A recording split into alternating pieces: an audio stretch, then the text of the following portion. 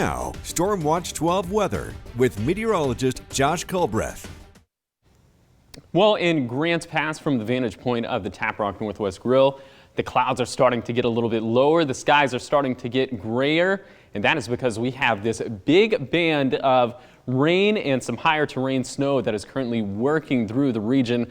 Just look offshore right now. All this is going to eventually pivot onshore. So if that's any indication, just know we have several more rounds of rain and snow to go. I'll step off the screen so we can take a look at these winter storm warnings and these winter weather advisories. For the winter storm warnings, they're in elevations above 2,500 feet for the west side. And then for the winter weather advisories, we could still have some pretty decent accumulations there. Some gusty winds. Most of these will last until 11 p.m. tonight, give or take a few hours. Now, like I mentioned, those winds pretty blustery today. They will be gusting out of the west and southwest all the way up to 65 miles per hour in some instances. So that's why we have this high wind warning in place for eastern Klamath County and then for Lake County as well. And that lasts until 11 p.m. And then for some of the lower terrain of Klamath and Lake counties, we have this wind advisory, and that's in place until 11 p.m. tonight, as well as those winds could gust anywhere between 50 to 65 miles per hour. So let's time out all the craziness with Stormcast once again. And you can see by the time we get to, this is around dinner time, still lots of rain, lots of snow. And by the time we get to midnight, it tapers off a little bit, but here comes yet another round of rain and snow. This is Tuesday morning, and this is probably the time frame where the snow levels are going to be the lowest. We'll have a snow level graphic here in just a second, but expect snow within the valley, some of it reaching the valley floor. And by the time we get to lunchtime on Tuesday, still rain and snow. The same thing as we get to dinner time on Tuesday. And then by the time we get to Tuesday night into Wednesday morning, here comes yet another ferocious round of, you guessed it, rain and snow.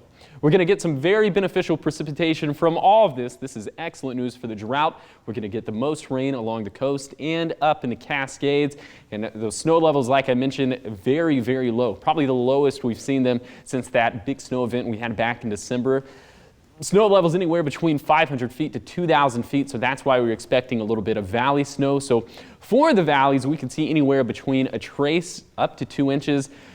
Probably those 2 inches would be closer down to Siskiyou County in Wairika, in Weed, and Mount Shasta City. I think Medford and Grants Pass probably keep things less than an inch, but some huge snowfall totals up in the Cascades, anywhere between 1.5 feet to multiple feet of snow. So for today, lots of rain, lots of wind, lots of snow. Then overnight, some of it begins to taper off, but that is just temporary because we have several more waves of where that came from.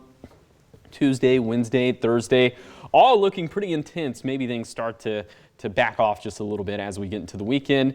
And you guessed it, those passes, they're going to be pretty rough over the next 4 days, especially with snow levels not even raising above 4,000 feet until we get into the day on Thursday.